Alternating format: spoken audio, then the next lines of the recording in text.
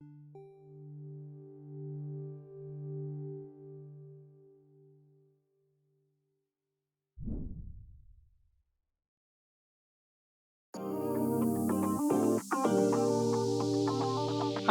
I'm Sam, an undergrad media and film studies student. If you like artsy cinema, political cinema, revolutionary politics, or history, you might be interested in this video essay. In it, I will be arguing that, despite its significant aesthetic and philosophical differences, the movement of Black student filmmakers at the University of California, LA in the 70s and 80s, here referred to as the LA Rebellion, should in fact be considered an integral part of the militant, anti-imperialist Third Cinema movement. Because of the unique positionality of Black Americans, however, the LA Rebellion was only marginally able to achieve the kind of concrete political gains achieved in other parts of the world by Third Cinema. This discrepancy does not make these films any less important. However, I hope aspiring leftist filmmakers can learn from this history. Let's dive in.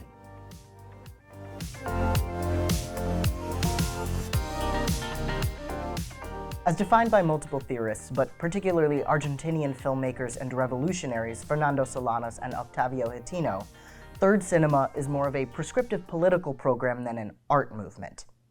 Closely related to Brazilian cinema novo, Garcia Espinosa's imperfect cinema, and other film movements, Third Cinema was initially theorized by Latin Americans, but practiced worldwide. Marrying various socialist tendencies such as left Peronism with film production, distribution, and theory, Solanas and Hitino outline a compelling manifesto for an already burgeoning filmic wave in their text Toward a Third Cinema. In it, they emphasize the need for films that decolonize both the mind and material conditions by provoking not only thought but real revolutionary action.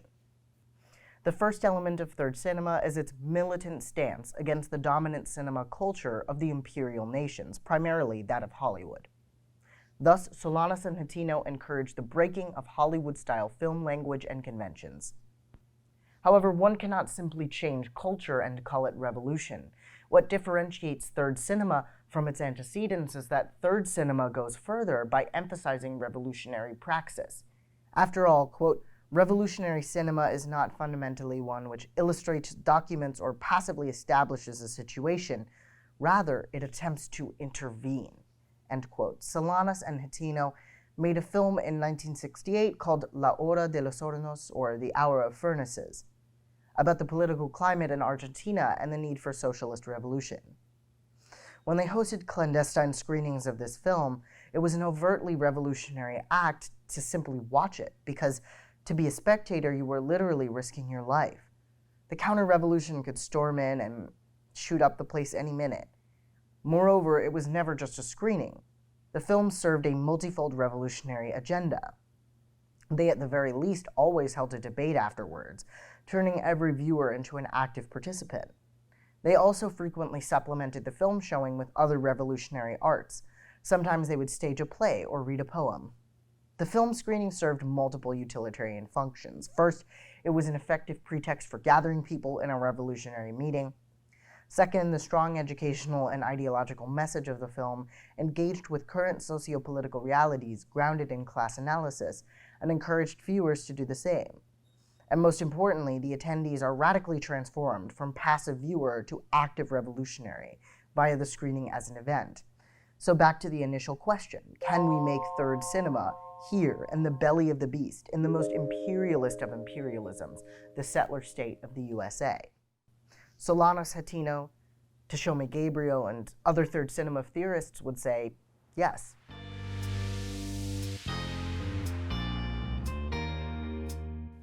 When Third Cinema was just freshly theorized and brand new, there were already American filmmakers who were hooked on its message.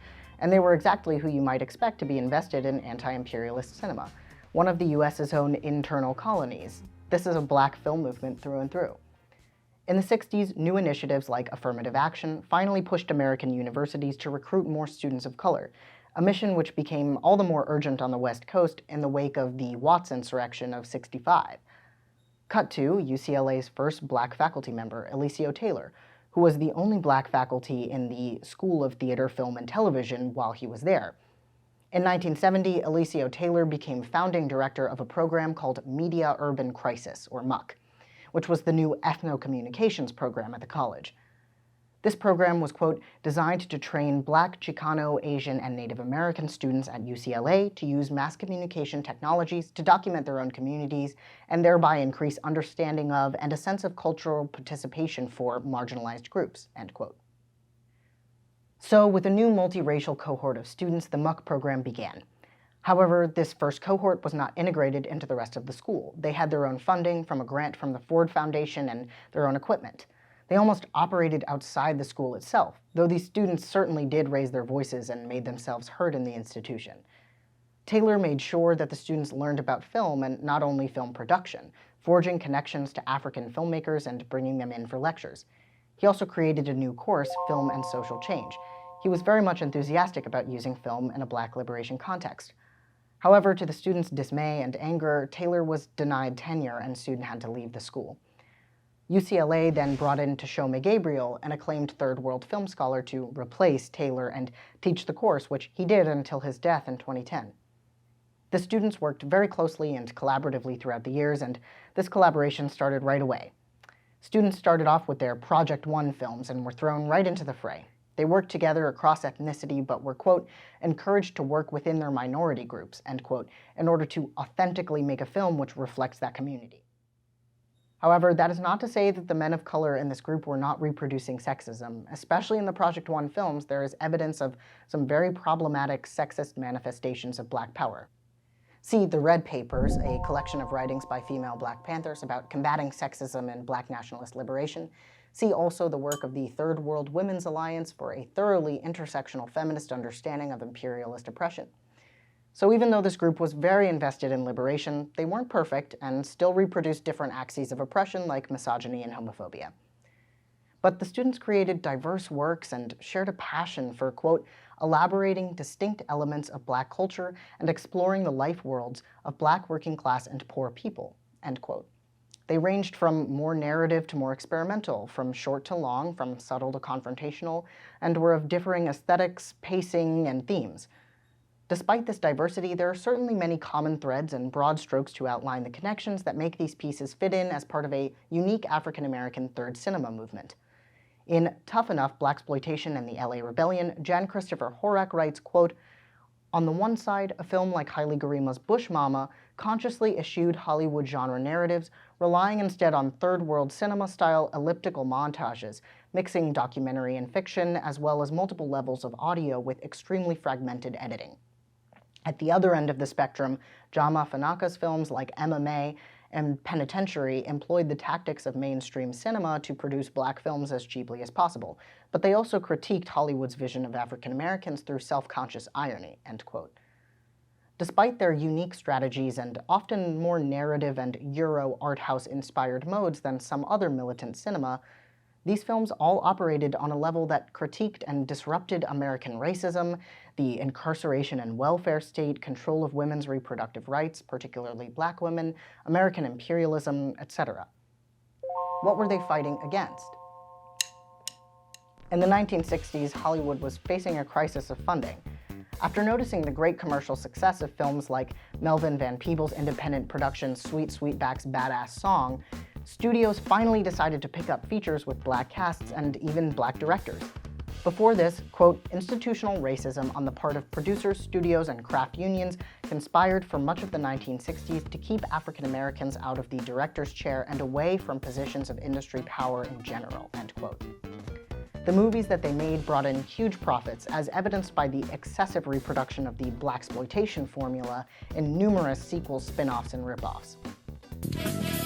We call 1970s film blaxploitation, and it's really a portmanteau for Black and exploitation.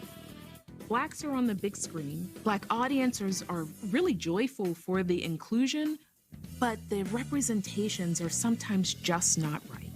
Movies like Shaft, directed by Gordon Parks, and Superfly by Gordon Parks Jr., showed their badass, super stud protagonists kicking ass and seducing their way through life, getting the one-up on white mobsters, politicians, and cops, all to a groovy as hell soundtrack.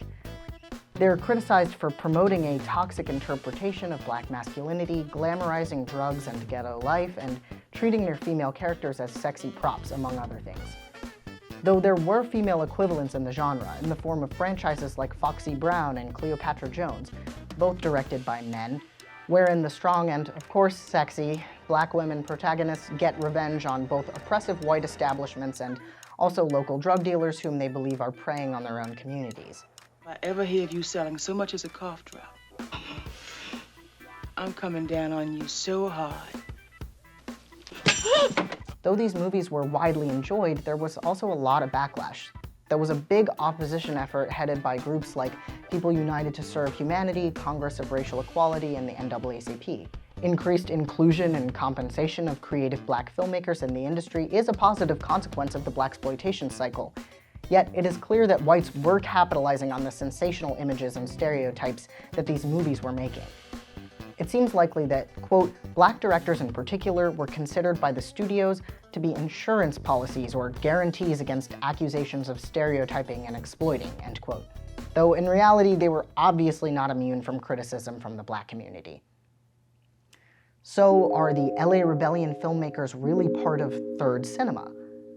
Well, many film scholars point out that they're at least aligned with third cinema. According to Alison Nadia Field, the LA Rebellion took a great deal of direct inspiration from this movement. In her essay, Third Cinema in the First World, Field states what I've heard throughout multiple texts about the movement, that the LA Rebellion filmmakers sought to align their work with global anti-imperialist fights and were in many cases trying to emulate what they'd learned about third cinema.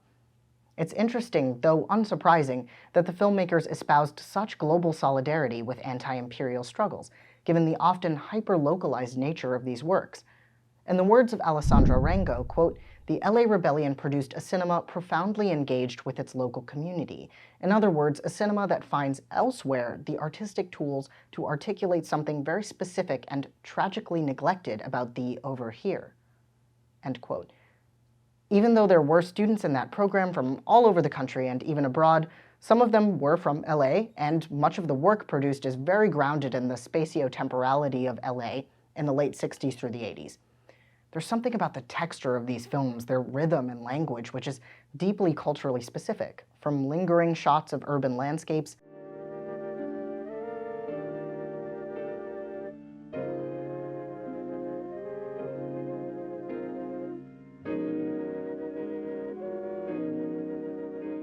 to carefully curated soundtracks to simple, quiet moments in the characters' daily lives.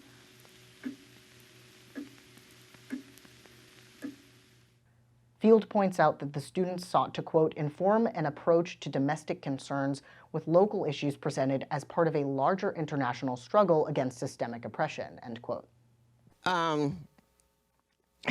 We were a group of filmmakers who just really happened to be at UCLA or in the LA vicinity, working as independents, working together in a very collaborative way.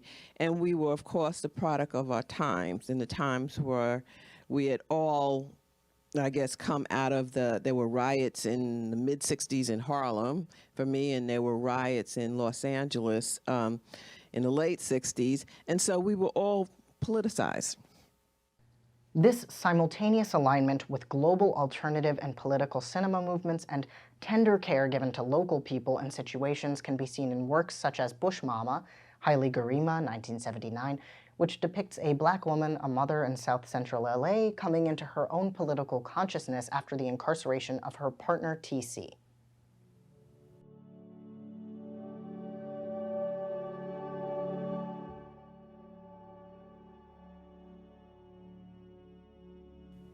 Truly cemented in the Rebellion's canon, Haile Gerima's Bush Mama, 1979, is a strong example of the revolutionary tenets of third cinema at work in both form and theme. Formally speaking, Bush Mama is a unique interjection with its cacophonous, non-diegetic soundscapes, disjointed, dreamlike sequences, and non-linear storytelling. Please raise your right hand. I solemnly swear that the statements made herein are true and correct. The statements made herein are true and correct. Sign of the line.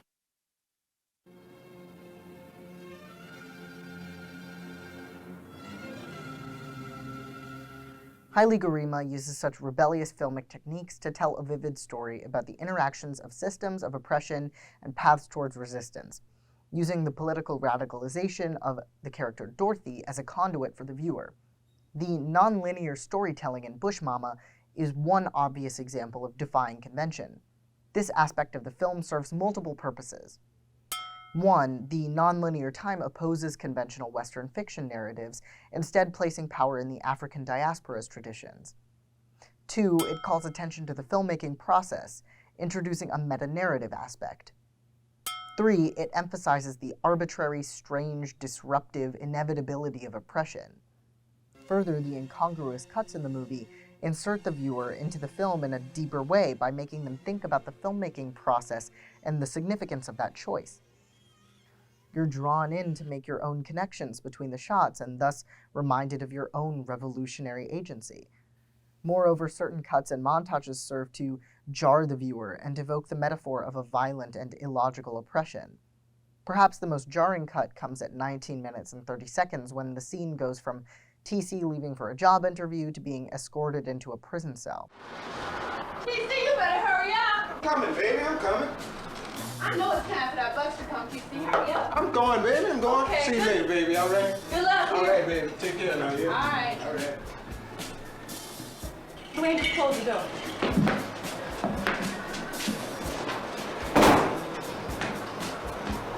They looking, I know that bus is coming. I bet he missed it.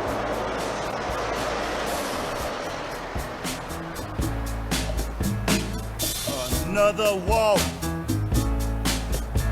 down these prison halls. Another walk down these prison halls. This cut works on a few levels. Firstly, it's a popping of the bubble that was starting to form of hope and faith in the neoliberal American dream when we thought TC might get a job and make things better. It is also a radical denial of the white narrative of incarceration being a deserved consequence of some action. Why is he there? What did he do? It doesn't matter. It's unfortunately just the way this system works, funneling black folks into jail. There doesn't need to be a reason. On this unconventional cut, Gerima said, quote, "One of the experiences of being black in America is not going where you want to go, being stopped. It is a truthful representation to cut from him leaving for the job interview to a prison scene without justifying how he got in jail. That one cut in Bush Mama satisfies a truthfulness to a black experience." There's also the oft-told anecdote of the opening scene in Bush Mama, the one of two black men being stopped and frisked by white cops next to their car. Free food, free room and board, free utilities, or other household expenses paid for by a person not a member of your household. Do you receive income from any of the following? Unemployment insurance, disability Do you and your spouse reside together? Is all or a portion of your spouse's income deposited in a joint checking account, savings account, your spouse has separate account, or your separate social security payments or family expenses, or is it all kept by your spouse? Now, I would not have known, if not for reading about this movement extensively, that this was in fact director Haile Gerima and a crew member on the shoot being stopped, presumably for being black and having film equipment.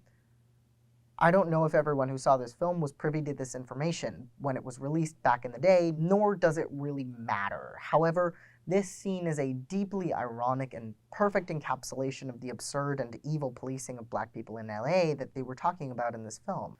The final shot of Bush Mama is a realization of Dorothy's character growth, as well as the most explicit call to action in the film. After rack focusing between the poster of the Angolan freedom fighter with her baby in one arm and gun in the other, and Dorothy, drawing obvious parallels between Dorothy's revolutionary act to defend her daughter and decolonial struggles abroad, it turns to a freeze frame on Dorothy's face. Then we hear a monologue, a letter written from Dorothy to TC, in which she stresses the importance of self-education. I have to get to know myself, to read and to study. But also communication and tender, loving bonds of kinship within the revolutionary struggle. Dorothy finally answers TC's preaching with her own voice and calls on him to consider other people's experiences when talking politics. Talk to me easy, TC. because I want to understand. It's not easy to win over people like me. There's a lot of people like me. We have many things to fight for just to live. But the idea is to win over more of our people. Talk the same talk, but easy, TC. Especially with the final shot, Bush Mama goes beyond simple critique, offering paths of resistance via community organizing, political education, defending one another against oppressors, and revolutionary love.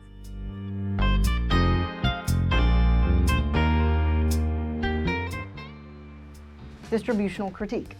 I'm not gonna sit back here from my ivory tower and tell you that these revolutionary filmmakers didn't do enough to get their films out there or that they failed in any way. That isn't true. These movies changed history, and there definitely was community engagement going on during the making of these films. However, it's been very difficult for me to figure out the exact political activities of all of these filmmakers and how or if they really used their films in a context which made them truly useful to the revolutionary project. That is really the factor that determines whether or not this should be identified as third cinema. Regardless, these films are revolutionary and super important. It was really hard to actually get these films out to the public, particularly to larger Black audiences. Field, Horak, and Stewart write, quote, "But it is not surprising that their work could not reach mass Black audiences, given that so few titles received theatrical distribution and so little of the work fit the generic and stylistic parameters that were familiar to viewers or marketable to them via the attention of major media outlets. Indeed, it is not clear that all of the filmmakers wanted to reach Black audiences on the same scale as blaxploitation films.